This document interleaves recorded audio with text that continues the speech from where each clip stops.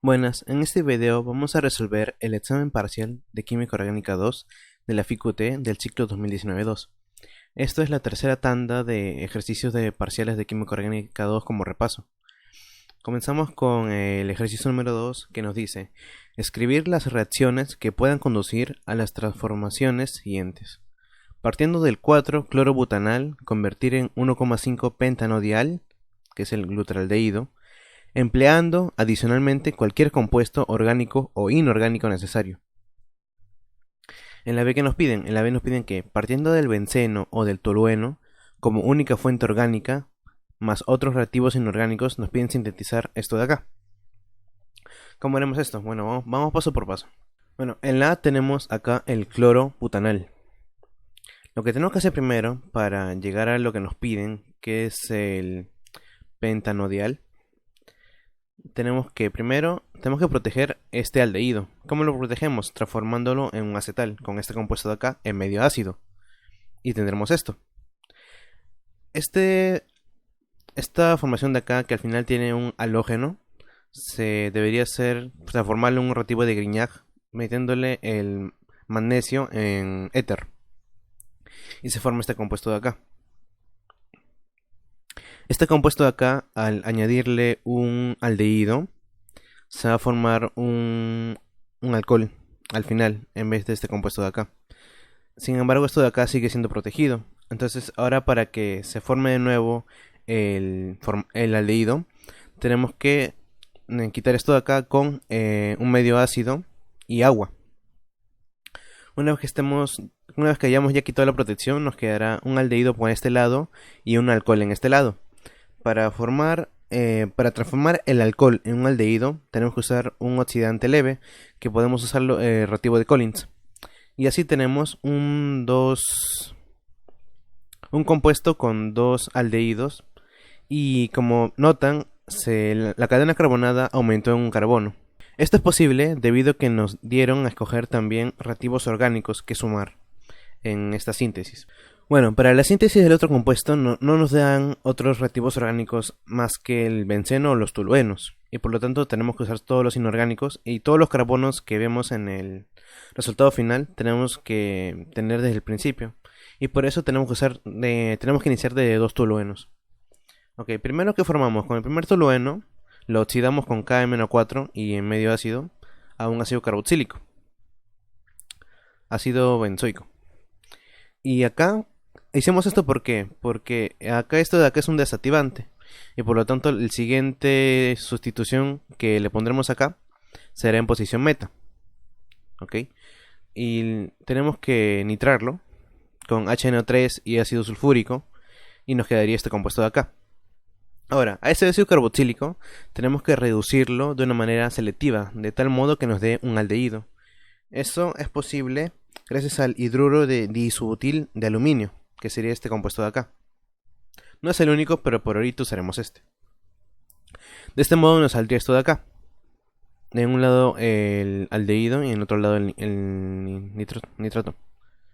Esto ya tenemos este compuesto de acá. Lo apartamos por un momento y hacemos lo que necesitamos hacer con el otro tolueno. Con este tolueno le añadimos cloro 2 y esto de acá significa calor. ¿Esto por qué? Porque no tenemos que añadir el cloro al benceno, al aromático. Tenemos que añadirlo acá al CH3. Y se hace de esta manera. Nos queda este compuesto. Ahora, ¿qué hacemos con esto? De nuevo volvemos a formar el reactivo de Grignard. Le agregamos magnesio en éter. Y nos quedaría este compuesto de acá. Ahora, estos dos se juntan entre ellos. ¿Por qué? Porque el reactivo de Grignard junto con un aldehído formaría la unión de estos dos enlaces. Ok, una vez corregido ese error que nos había faltado un carbono acá, un CH2, bueno, podemos igualmente juntar estos dos, con acá reactivo de Grignard y acá un aldehído. Por lo tanto, estos dos carbonos se juntarían entre ellos. Y en uno de ellos estaría el OH, como alcohol. ¿Ok? Por lo tanto, hasta ahorita tenemos este compuesto acá, con el nitrato acá, y estos dos juntos. Para quitar este alcohol lo haremos en medio ácido, y se quita el H2O. Nos quedaría un alqueno en estos dos carbonos. Para quitar ese alqueno tenemos que hidrogenar con H2 en forma gaseosa y con un catalizador que ahorita es el platino. Y también puede ser paladio. Y tendremos este compuesto de acá. Ahora, el compuesto final era con, en este lado de acá, un cloro. Por lo tanto, tenemos que clorar este benceno, clorar un aromático. Esta cloración sí se hace con Cl2 en hierro. Y lo tenemos que tener en posición para. Por lo tanto, la posición orto se separa. Y tenemos este compuesto. Una pregunta es, ¿por qué no cloramos esto desde el inicio? Bueno, esto es debido a que si lo cloramos también acá, al añadir el magnesio con el éter, esto de acá también se podría transformar en un reactivo de Grignard. Y eso ya es muy complicado para no hacer que reaccione con este aldehído de acá. Esta sería una respuesta, ya tenemos esta solución. Tenemos la pregunta 2 solucionada. Bueno, volviendo aquí, ¿qué nos dice la pregunta 3? La pregunta 3 nos pide desarrollar el mecanismo de la desulfonación del ácido bencenosulfónico con vapor de agua. Vamos ahí. Muy bien, acá tenemos, el ácido bencenosulfónico. ¿Ok? Acá están con los electrones de cada oxígeno, que son dos pares. Y acá su enlace de este oxígeno con el hidrógeno. Con vapor de agua, con H2O más calor. ¿Ok? Acá la primera cosa que se hace es que este enlace de acá se rompe. Se quita esto de acá. Se quita este hidrógeno que va a protonar el agua. Y esa misma agua protonada, el H3O más, tenemos que quitarla. Y por lo tanto esto de acá nos va a quedar en medio ácido. Con esto de acá que se transformó en un anión. Esta etapa de acá es lenta. ¿Por qué? Porque este hidrógeno tiene que entrar a este enlace. Tiene que hacer enlace con este carbono de acá. Esta etapa es lenta y se va a formar este complejo de acá, del ion bencenonio. Aparte, esto de acá sigue siendo negativo. Estos dos electrones de acá van a pasar a formar un enlace desde el azufre hasta el oxígeno este. Y debido a esto, estos electrones que están por acá van a salir desde este enlace a formar un enlace doble acá. ¿Por qué? Porque este complejo ha perdido la aromaticidad. Y para que sea mucho más estable tiene que tener aromaticidad. Por lo tanto se tiende a formar este doble enlace acá, para volver a obtener la aromaticidad. Esta reacción es rápida. Se recupera la aromaticidad y este grupo de acá ha salido y solamente queda el H. Por lo tanto sería un benceno normal. Más el SO3 que es lo que ha salido, más el H2O que estaba desde el inicio. Ese es el mecanismo de reacción, si lo queremos tener así. Ahora, tenemos la pregunta 2 y la pregunta 3. En la pregunta 4 nos piden identificar las señales infrarrojas que permiten diferenciar con espectros IR a las parejas de compuestos siguientes. Ok, esto es como lo que hicimos antes. Tenemos aquí mismo una de ellas. Tenemos el A, que es este compuesto de acá, que es el tolueno. Y la pareja con la que se tiene que diferenciar es este compuesto de acá, que este no es un aromático, pero es unido a un CH3. Ok. ¿Estos de acá en qué se diferencian? Bueno, este acá, aparte de que tiene la vibración del enlace al CH3, este también la tiene. Pero este de acá no tiene ninguna vibración del enlace al CH2, porque acá no hay ningún CH2. En cambio acá sí la tiene. Este es un CH2, bueno, solamente esto. Y esta vibración sería 1480 centímetros a la menos 1. Esto ya sería 1. Pero lo que más los diferenciaría serían los sobretonos que tienen los aromáticos, que serían de los 2000 a los 1600 centímetros a la menos 1. Que solamente este de acá tendría. Por lo tanto, en eso se diferenciarían los dos. Ahora, para la B nos piden diferenciar esta cetona de acá y este alcohol unido al aromático. ¿Okay? Los dos son aromáticos, por lo tanto, en eso no se diferenciarían. La acetona tiene un estiramiento de 1725 a 1705, cosa que este de acá no tiene. Pero aparte de eso, los alcoholes tienen una banda de forma ancha debido al enlace OH, que está desde los 3300 hasta los 3650 aproximadamente centímetros a la menos 1. En esos estiramientos, en esas enlaces se diferenciarían. El C que nos piden, el C nos piden de este aldehído a esta acetona. ¿Ok? ¿Esto en qué se puede diferenciar? Bueno, como ya sabemos, el aldehído, la vibración del aldehído tiene una vibración en 2900 a 2820 o en 2715 aproximadamente, centímetros a la menos 1. Mientras que la acetona no la tiene. La acetona tiene, como ya hemos visto, en 1725 y en 1705 solamente. En estos dos se diferenciarían. La C ya está lista. La D, bueno, como antes ya vimos, este es un alquino terminal y este es un alquino que no es terminal.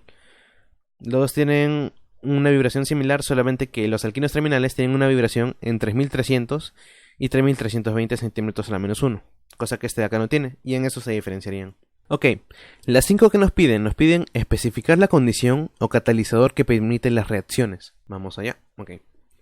Esto acá es más o menos fácil, mira. Tenemos la primera reacción que nos dan en el examen, que de un momento a otro ya vemos que es una alquilación de Friedel-Crafts. Nos dan este compuesto acá, nos dan un benceno que se le agrega un alqueno. Y de producto nos dan un benceno con un isopropil sustituido. Esto se hizo por alquilación de Friedel-Crafts. Para eso tenemos que, primero, esto de acá tiene que halogenarse. ¿Cómo halogenas un alqueno? Bueno, con HCl, que es lo que iría acá. Y para hacer Friedel-Crafts, el compuesto halogenado tiene que unirse al aromático. Y como está con HCl, tiene que unirse con tricloruro de aluminio, que es lo que está acá. Entonces, esto sería lo que nos piden. ¿Ok? Este reactivo. En la primera. Ya está lista la A. En la B también vemos que es una alquilación de Friedel-Crafts, pero ahora nos dan un alcohol y nos dan el mismo benceno. Como es una alquilación de Friedel-Crafts, igualmente esto se tiene que halogenar. Y esto de acá, para hacerlo más simple, se halogena con lo mismo, con SOCl2, que halogena con cloro. Y lo mismo, el tricloruro de aluminio, para sustituirlo en el benceno. Y nos quedaría este compuesto de acá. Ya está la B. En la C nos dan una formación de cianoanhidrina. Nos dan este compuesto de acá y nos dan esta parte de acá.